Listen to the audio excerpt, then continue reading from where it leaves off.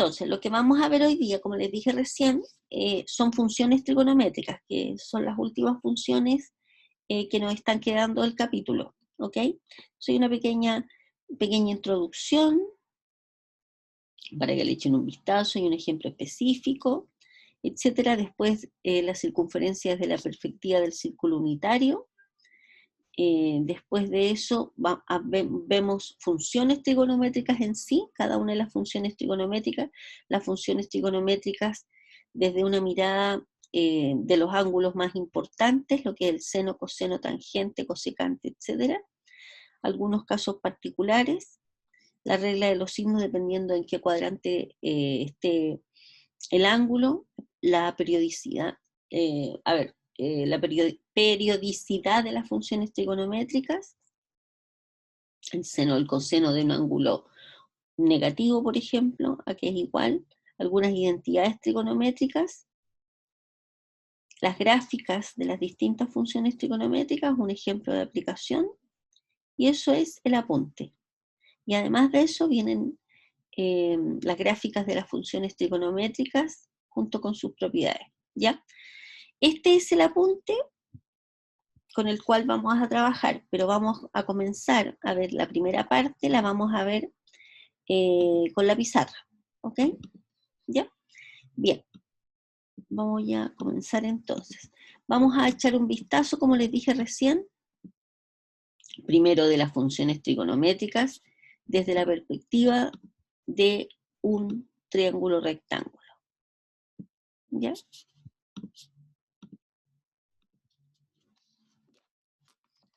Entonces, funciones trigonométricas.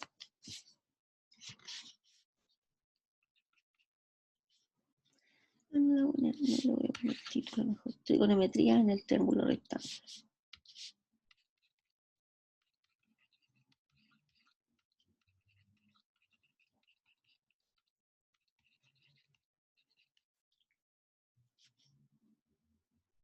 Trigonometría.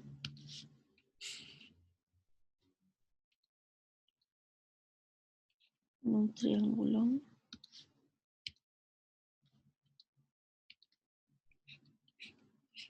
En un triángulo rectángulo. ¿Ya? Entonces la idea es la siguiente. Nosotros vamos a tener acá un triángulo rectángulo.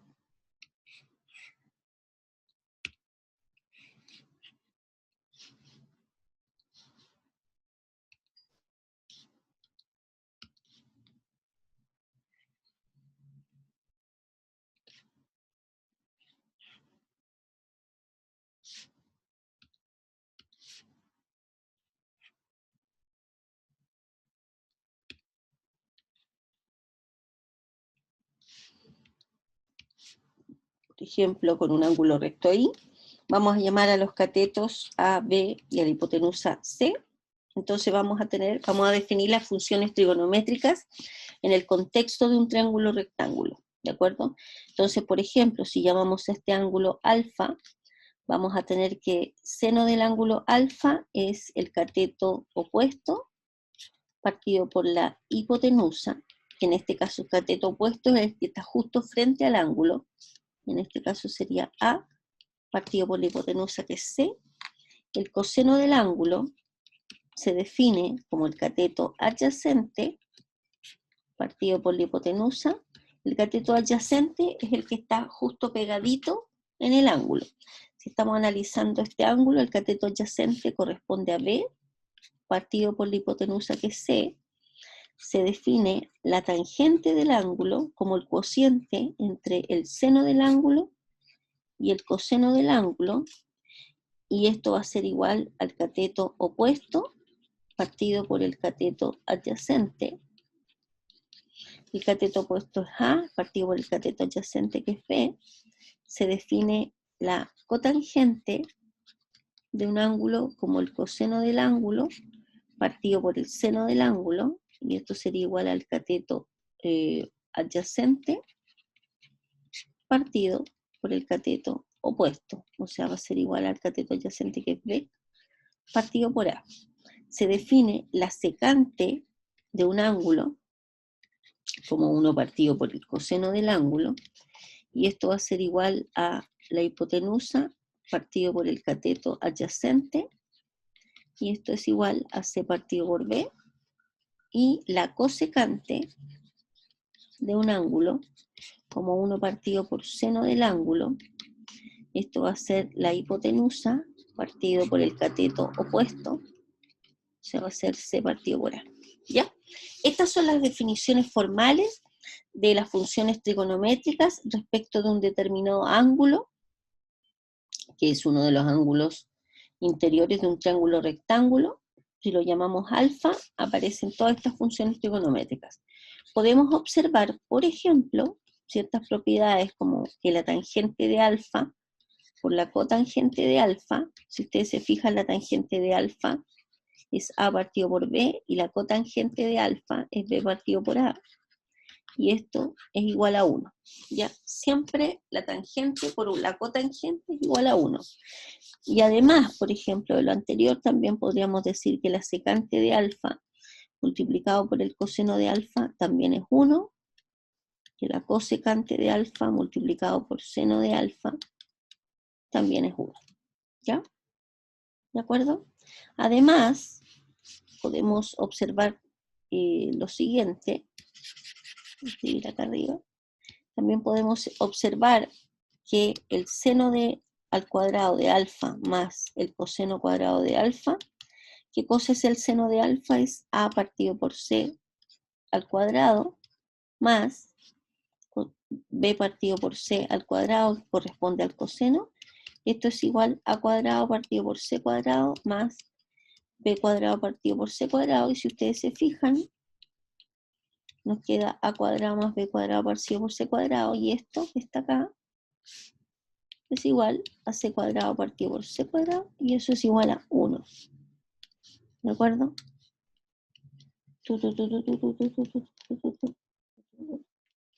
¿Ok?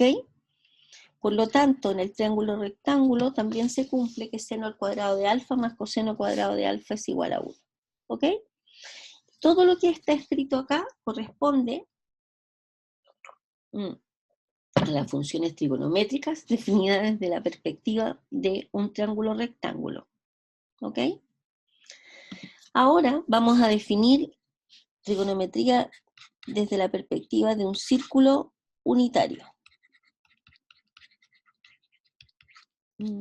Unitario. Entonces, ahora vamos a visualizar qué es lo que pasa dentro con las funciones trigonométricas definidas en un círculo. ¿Ya? A ver, un círculo unitario. Eso es un círculo. Ah, muy bien. Yo derechito. No, lo hice con... Y acá tenemos... Voy a correrle un poquito por acá. ¿Sí?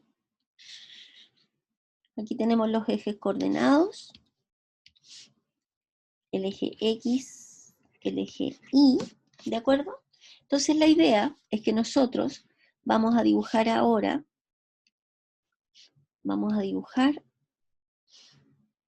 un ángulo que siempre, para graficar los ángulos en el contexto, en el plano cartesiano, siempre uno parte del eje X y en sentido contrario a los punteros del reloj.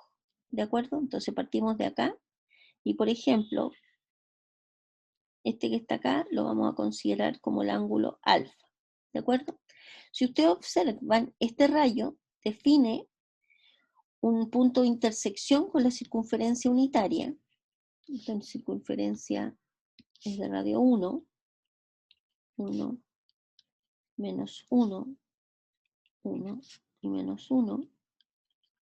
Define un cierto punto, que es un punto P, que corresponde a un punto X, Y, que satisface que pertenece a este rayo, que es el rayo terminal del ángulo alfa con la circunferencia unitaria. ¿De acuerdo? Este punto P, si nosotros observamos, es un punto que genera sobre el eje X una cierta proyección, ¿de acuerdo?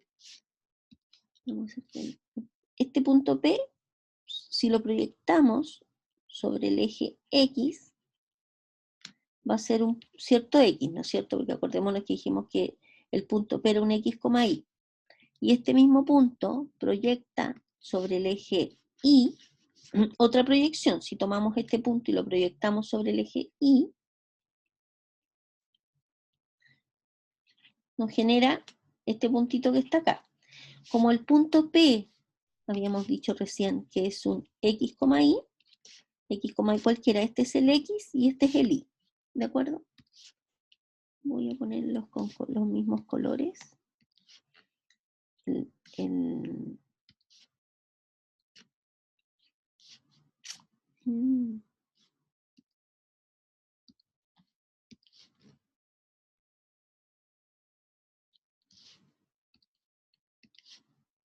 X y el Y. ¿De acuerdo? Entonces, vamos a definir como seno de el ángulo alfa va a ser igual a la proyección del punto P sobre el eje Y. ¿De acuerdo? Seno del ángulo corresponde a la proyección del punto P sobre el eje Y, y el coseno del ángulo corresponde a la proyección del punto P sobre el eje X. ¿De acuerdo? De tal forma que la magnitud de este pedacito que está acá, lo que mida, si uno pudiese medir exactamente desde el origen hasta acá, vamos a tener que esa magnitud corresponde a el coseno del ángulo, alfa. ¿De acuerdo? Y la magnitud, o sea, lo que mide este otro pedacito, este que está acá, corresponde, a seno del ángulo. ¿Ok? Voy a decir que vamos a añadirlo un poquito más. Y ese pedacito corresponde a el coseno del ángulo. ¿De acuerdo? ¿Ya? Entonces, si ustedes se fijan, este círculo unitario genera, primero vamos a visualizar que este círculo unitario, en el plano cartesiano, nosotros nos encontramos con 4 cuadrantes. El cuadrante 1, que corresponde a todos los puntos que están acá, o sea, los X positivos y los Y positivos. El cuadrante 2, que corresponde a los X negativos y a los Y positivos. El cuadrante 3, que corresponde a los X negativos y los Y negativos. Y el cuadrante 4, que corresponde a los X negativos, a los X positivos y a los Y negativos. ¿De acuerdo? Entonces, de acuerdo a eso, nosotros vamos a poder definir los signos de las distintas funciones trigonométricas. ¿Ok? Bueno, en este caso particular, aquí definimos lo que era el seno, el coseno. De la misma forma vamos a tener que la tangente va a ser el seno del ángulo partido por el coseno del ángulo. Son las mismas que habíamos definido para el triángulo rectángulo. La cotangente del ángulo es el coseno del ángulo partido por seno del ángulo. La secante del ángulo es 1 partido por coseno del ángulo, y la cosecante del ángulo es 1 partido por el seno del ángulo. ¿De acuerdo? Entonces, ¿qué observamos nosotros en este dibujo? En este cuadrante, si ustedes se fijan, vamos a hacer el análisis de los signos. O sea, a lo que me refiero es si estos numeritos son positivos o negativos. ¿De acuerdo? En este cuadrante, si ustedes se fijan, estamos en el cuadrante donde el X es positivo, el Y es negativo. O sea, tanto el seno como el coseno son positivos. Por lo tanto, si el seno y el coseno del ángulo alfa son números positivos, la tangente que es un número positivo partido por otro número positivo, nos da un número positivo, por lo tanto tangente también es positiva. Y las otras se pueden deducir a partir de ellas, por lo tanto aquí vamos a anotar solamente el análisis de los signos de la función seno, coseno y tangente. Ya. A mí un estudiante me enseñó que hay un truco mnemotécnico para acordarse de eso. Ay, perdón. Que dice aquí que todos son positivos en el primer cuadrante. En el segundo cuadrante, fíjense que aquí están, si nosotros tomamos un ángulo que parte del eje X y termina acá vamos a tener, ¿qué cosa? A ver, voy a borrar un poquito. Estoy borrando más que un poquito, estoy borrando todo. Ya lo borré ya, así que vamos a dibujar de nuevo.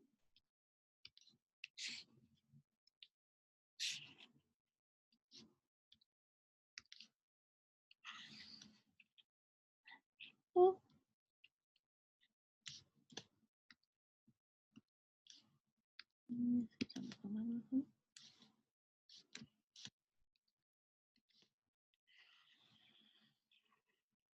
Bueno, se supone que esto es un círculo, ¿ok? Entonces la idea, lo que les quiero explicar es lo siguiente. Si nosotros partimos acá, bueno, esto sigue siendo el círculo unitario. 1. Si nosotros partimos, tomamos un ángulo que parte de acá y termina, por ejemplo, en el segundo cuadrante, vamos a tener aquí el ángulo alfa. Para este ángulo alfa, que termina, su punto de proyección queda acá, el seno es positivo, ¿cierto? Porque acordémonos que es la proyección del punto sobre el eje Y, esto nos da un número positivo, pero el coseno es negativo. Entonces, el truco dice, todos son positivos. Aquí el seno es el único que es positivo. El coseno es negativo y por lo tanto la tangente, dado que el seno es positivo y el coseno es negativo, nos da negativo. Entonces aquí solamente la función seno es positiva. ¿Ya? En este cuadrante, o sea, si tomamos un ángulo que parte de acá y termina, su punto de proyección está, por ejemplo, acá, en el tercer cuadrante, aquí solamente se va a ser positivo la tangente. Solo la tangente es positiva, todo sin ta. Y en este último cuadrante, que sería si tomamos un ángulo que comienza de acá y termina en el cuarto cuadrante, vamos a tener que aquí solamente el coseno es positivo. Y el truco mnemotécnico es aprendérselo todos sin tacos. ¿De acuerdo? ¿Ya? Ya. Entonces, después vamos a atacar algunos ejercicios para aterrizar esto. Vámonos al apunte. Y otra cosa me interesa que visualicemos también. Por ejemplo, si nosotros tenemos un círculo acá unitario y tenemos, por ejemplo, menos 1, 1, y por ejemplo tenemos un ángulo acá, un ángulo alfa, genera este puntito que está acá, ¿no es cierto? ¿Sí? ¿Qué pasa si nosotros tenemos un ángulo menos alfa? Acordémonos que los ángulos se proyectan desde aquí. El menos alfa correspondería a este ángulo que está acá abajo. ¿Cierto? ¿Sí? Ese es menos alfa. Entonces, ¿qué sería igual seno de menos alfa? Seno de menos alfa, que este ángulo que está acá abajo, corresponde a la proyección de este puntito sobre el eje Y, ¿no es cierto? Seno de menos alfa sería esto que está acá. Eso es seno de menos alfa. Que en magnitud es exactamente la misma, bueno, si mi dibujo hubiese estado mejor, que la magnitud que aparece acá arriba. Por lo tanto, seno de menos alfa es lo mismo que seno de alfa. ¿Ok? ¿Y qué cosa es coseno de menos alfa? Acordémonos que coseno de menos alfa es la proyección desde este punto sobre el eje X, que corresponde, en un dibujo bien hecho, exactamente a la misma proyección de este otro punto sobre el eje X. Por lo tanto, perdón, me equivoqué. Este es menos seno de alfa, porque es igual en magnitud, pero está acá abajo, el seno es negativo, ¿cierto? Nos cae acá, que es un número negativo, exactamente el mismo número que aparece arriba, pero en negativo. Y coseno de menos alfa es lo mismo que el coseno de alfa. ¿De acuerdo? Ya. Y eso sería a grandes rasgos. Ahora vamos a volver al apunte para poder visualizar algunos ejercicios de esto que está acá. ¿Ya? Ya. Ahora, vamos a partir, aquí hay una pequeña introducción, lo que vimos recién. Por ejemplo, nosotros partimos del ángulo, nace todo esto a partir de un ángulo. Este ángulo lo dibujamos en un cierto triángulo rectángulo y definimos las funciones trigonométricas como lo acabamos de hacer. Después, este mismo ángulo T sub 0, en magnitud lo dibujamos acá, que corresponde a este segmento que está acá, que en el fondo es el ángulo que aparece acá, ¿ya? Y después tomamos el coseno de T sub 0, T sub 0, acuérdense que este punto que está acá corresponde al punto P, y este punto P lo vamos a llevar al plano cartesiano para poder graficar las funciones trigonométricas. ¿De acuerdo? ¿Ya? Este es el manejo en general. Entonces aquí hay un problema de aplicación. Les pido que ustedes lo estudien después. Lo podemos hacer juntos en realidad. A ver, hagámoslo juntos. A ver, el ejercicio de aplicación número 1 para visualizar las funciones trigonométricas en el triángulo rectángulo. Tenemos el siguiente problema. La altura de una capa de nubes, es el título del problema. Para medir la altura de una capa de nubes en el aeropuerto, un trabajador enciende un reflector hacia arriba a un ángulo de 75 grados desde la horizontal. Un observador a 600 metros de distancia mide el ángulo de elevación del reflector y ve que es de 45 grados. Y se nos pide encontrar la altura h de la capa de nubes y la distancia entre el foco y la base de la altura. Gráficamente esta es la situación. ¿De acuerdo? Tenemos acá un observador que ve el ángulo de elevación de 45 grados desde donde está. Tenemos la horizontal, el ángulo acordémonos que el ángulo de elevación corresponde al ángulo que va de la horizontal hacia arriba. ¿De acuerdo? Y el foco, este personaje, dirigió un foco en 75 grados hacia arriba, ¿de acuerdo? Entonces se está preguntando por la altura h, ¿de acuerdo? Y la distancia entre el foco y la base de la altura. Entonces la distancia desde el foco y la base de la altura, de aquí a acá, ¿de acuerdo? Primero, vamos a recordar estas que aparecen acá, que son las que vimos en la pizarra. Entonces, y ahora simplemente vamos a tener, si este ángulo es 45, este ángulo es 75, serían 75. ¿Cuánto mediría este ángulo que está acá? Si es que lo necesitamos, porque a lo mejor no lo necesitamos, ¿cierto? De hecho, nos basta con conocer este ángulo y este otro ángulo, ¿cierto? Sabemos nosotros que los ángulos interiores de un triángulo rectángulo, ¿cuánto suman? 180, ¿cierto? Por lo tanto, nosotros vamos a tener que si este vale 75, ¿este cuánto vale?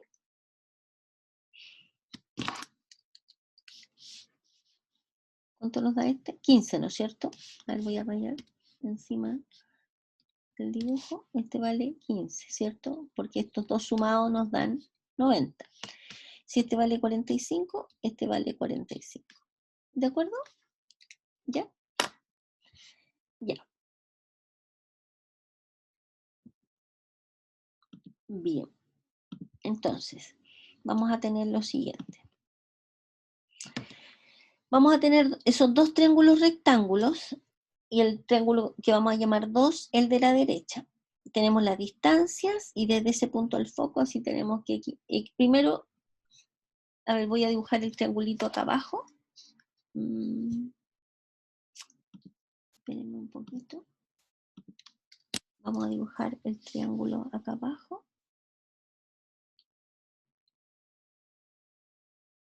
Oh.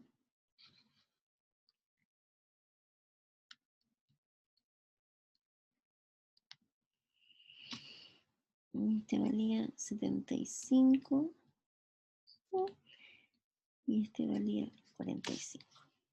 Si por ejemplo llamamos esto X, este segmento de aquí a acá X y este segmento de acá a acá lo llamamos Y, nosotros ¿qué sabemos? Sabemos que X más Y nos da 600, ¿no es cierto? Entonces, ¿qué vamos a tener nosotros? Tangente de 45 es igual a qué cosa. Fíjense que tenemos que relacionar, usar una función trigonométrica que nos relacione la altura h y este valor x. Entonces, ¿nosotros qué sabemos? Sabemos que la tangente de 45 es igual a h partido por x, ¿no es cierto? ¿Sí? Tangente de 45, voy a escribir acá, tangente de 45 va a ser igual al cateto opuesto partido por el cateto adyacente, ¿cierto?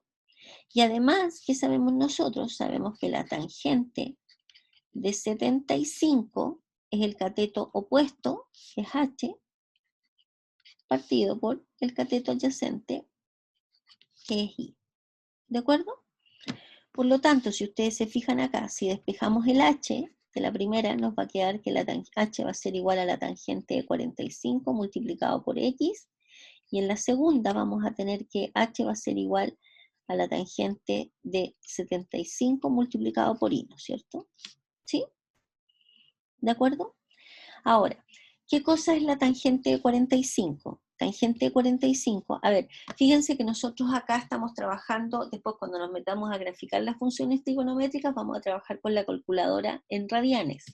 Ahora estamos trabajando con degree.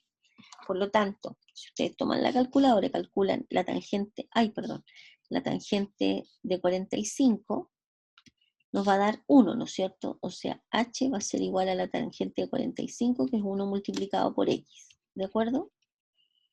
¿Y qué cosa es la tangente de 75? Es raíz de 3 más 1 partido por raíz de 3 menos 1, ¿de acuerdo? Este valor se los doy en este caso particular. Después vamos a visualizar cómo calculamos esto de manera precisa visualizándolo en un triángulo. Ya por lo pronto solamente vamos a considerar el valor que le estoy dando, raíz de 3 más 1 partido por raíz de 3 menos 1.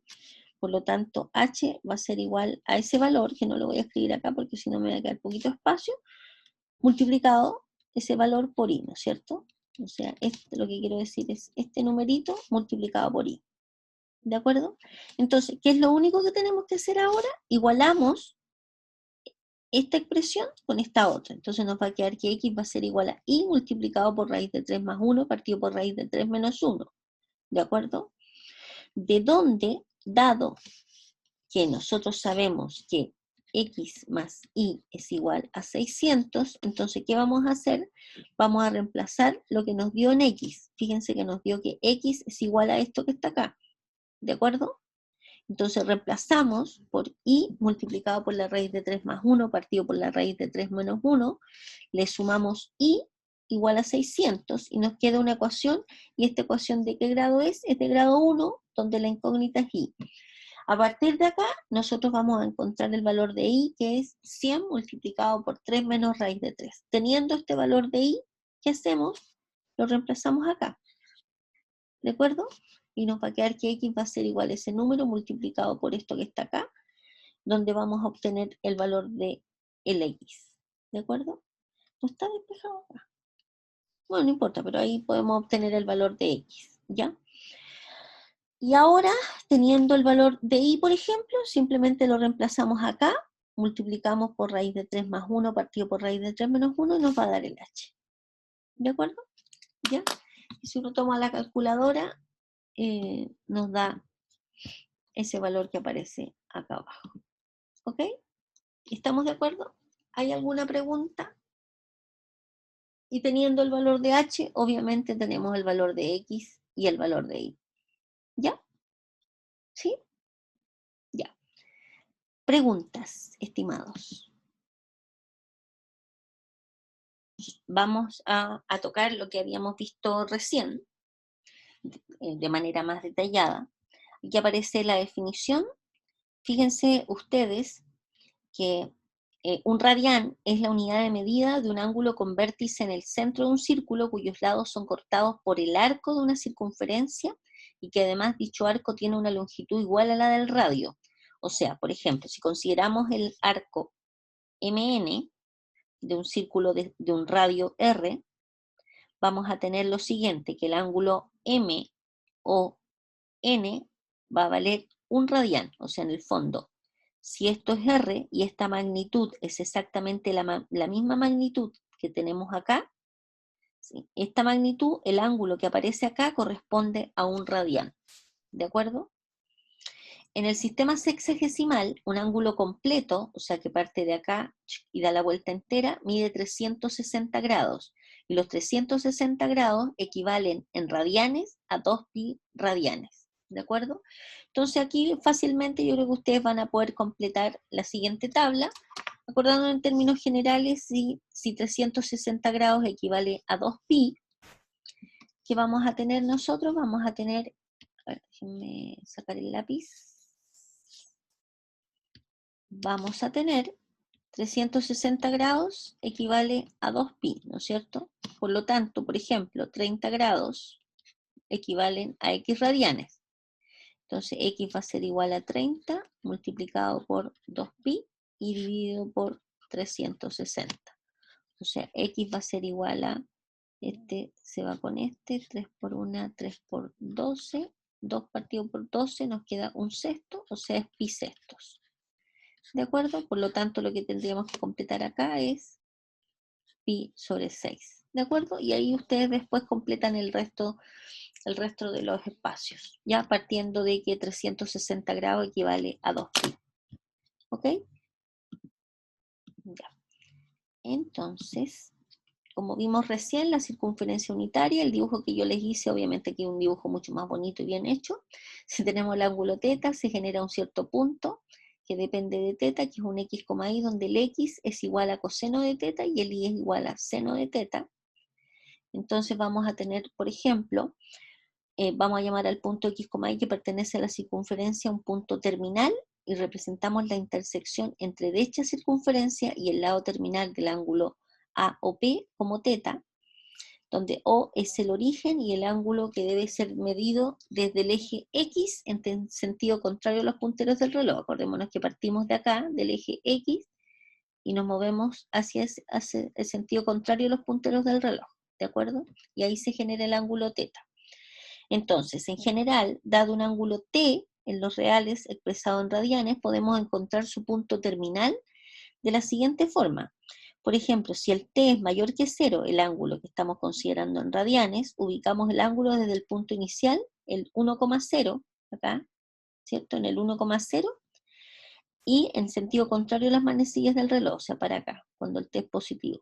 Por lo tanto, el ángulo que parte de acá y termina acá, va a corresponder al ángulo T, medido en radianes, cuando el T es positivo. Y si el T es negativo, partimos del punto 1,0 y lo dibujamos en el sentido contrario. Y este ángulo que está acá, que parte de acá y termina acá, corresponde al ángulo T cuando T es menor que 0. ¿De acuerdo? Entonces aquí hay un set de ejercicios donde se les pide determinar y graficar en el círculo unitario cada uno de los puntos terminales que aparecen acá. ¿De acuerdo? Acá está resuelto el ejercicio, así que yo les pido que ustedes lo hagan y comparen con la respuesta final. ¿Ya? De la misma manera, con el ejercicio 1.5, usando geometría básica para graficar y determinar el círculo unitario cada uno de los puntos terminales de los siguientes ángulos. Se fijan, tenemos por ejemplo el menos pi cuarto, el 3 pi cuarto y el menos 5 pi cuarto. Ahí ese 4 no está, pero es menos 5 pi cuartos. ¿De acuerdo? Y la solución es la que aparece ahí. Menos 5 pi sextos, perdón, ese es un 6 que faltó ahí, ¿ya? ¿Ok? Ya, y ahora aparecen las funciones trigonométricas, pero en vez de usando un alfa, que es lo que yo hice en la pizarra, aquí se usa un t. Y aquí hay un ejercicio bonito. Fíjense en lo siguiente, utilizando el primer cuadrante de la circunferencia unitaria, propiedades de triángulo y la ubicación de los ángulos más importantes, comprobar seno de t y coseno de t que aparecen en la tabla que aparecen acá, ¿de acuerdo? Por ejemplo, si claramente nosotros vamos a tener que 1 es menor que 2 y menor que 3, por lo tanto, raíz de cada uno de estos, raíz de 1, 1 es menor que la raíz de 2, menor que la raíz de 3. Fíjense en lo siguiente, tenemos desde 0 hasta 1, este no es 0, este es un 1, ¿ya? Claramente. Déjenme rayarlo para corregirlo. Aquí es un 1. Es un 1, ¿ya? Entre 0 y 1. Por lo tanto, el 1 es menor que la raíz de 2 y menor que la raíz de 3. Y si uno hacemos 1 partido por, nos va a quedar 1, va a ser 1 partido por 2, un medio, va a ser menor que raíz de 2 partido por 2, menor que raíz de 3 partido por 2, ¿no es cierto? Multiplicando esta por un medio, ¿sí? Que es lo que aparece ahí. Entonces, ¿qué vamos a tener? Si tenemos un segmento de 0 a 1, el 1 medio lo tenemos ubicado acá, el raíz de 2 partido por 2 lo tenemos acá, y el raíz de 3 partido por 2 está ubicado acá, ¿no es cierto? De forma tal que si nosotros dibujamos, por ejemplo, acá en el 1 medio, dibujamos acá este círculo que aparece acá, nos va a generar, fíjense, tenemos el 1 medio, va a cortar acá en pi tercios, este ángulo es pi tercios, en raíz de 3 partido por 2, ¿sí? ¿De acuerdo? Después si tenemos raíz de 2 medio, en raíz de 2 medio, y tenemos raíz de 3 medio, 1 medio, y nos da el pi sexto, se genera el pi sexto. ¿De acuerdo? Entonces, si nosotros nos acordamos de lo que es el seno, el coseno y la tangente, vamos a poder completar cada uno de los valores que aparecen acá. ¿De acuerdo? Ya. A esta propiedad es tremendamente importante. Fíjense que nosotros estamos ubicando las funciones trigonométricas en el círculo unitario. Eso significa que vamos a tener que seno de t siempre está entre menos 1 y 1, y coseno de t siempre está entre menos 1 y 1. O sea, por ejemplo, si alguien dice, tengo un ángulo tal que coseno de ese ángulo me da 1,3. Nosotros inmediatamente le vamos a decir que eso es imposible, porque la cota mayor del coseno de un ángulo siempre es 1. Por lo tanto, es imposible encontrar un ángulo tal que coseno de ese ángulo nos dé 1,3. ¿De acuerdo? Siempre el valor de coseno de un ángulo y seno de un ángulo oscila entre menos 1 y 1. ¿De acuerdo? Y lo que vimos recién, los signos de las funciones trigonométricas están resumidos acá. Ahora vamos a definir qué cosa es la periodicidad, cuando una función es periódica de periodo t. En general, así, una función, vamos a decir que es periódica de periodo t, cuando f evaluado en x más t es lo mismo que f de x. O sea, volvemos al punto inicial. Y de la misma manera vamos a tener que f de x más una constante por t es lo mismo que f de x. ¿De acuerdo? Entonces, las funciones trigonométricas seno de t, coseno de t, secante de t y cosecante de t van a tener periodo 2pi, y las funciones trigonométricas tangente de t, cotangente de t tienen periodo pi. O sea, la tangente y la cotangente tienen periodo pi, y el seno, el coseno, la secante y la cosecante tienen periodo 2pi. ¿Ya? Además de eso, vamos a tener que la función f de x se dice par si es que f evaluado en menos x nos da f de x, y se dice par cuando f de menos x es menos f de x. Esta definición ya la habíamos visto en el apunte anterior. Esta es una definición general de cuando una función se dice par o impar. ¿De acuerdo? Si f evaluado en menos x nos queda la misma función original, vamos a decir que la función es par, y f evaluado en menos x nos da menos f de x, la función es impar. Me está doliendo un poco el estómago, estimados, entonces por eso estoy hablando así medio cortado. Pero resistiré, queda poquito, quedan 4 minutos, ¿no? Ya, entonces, y esto lo visualizamos en el gráfico tal como lo hicimos en la pizarra, ¿ya?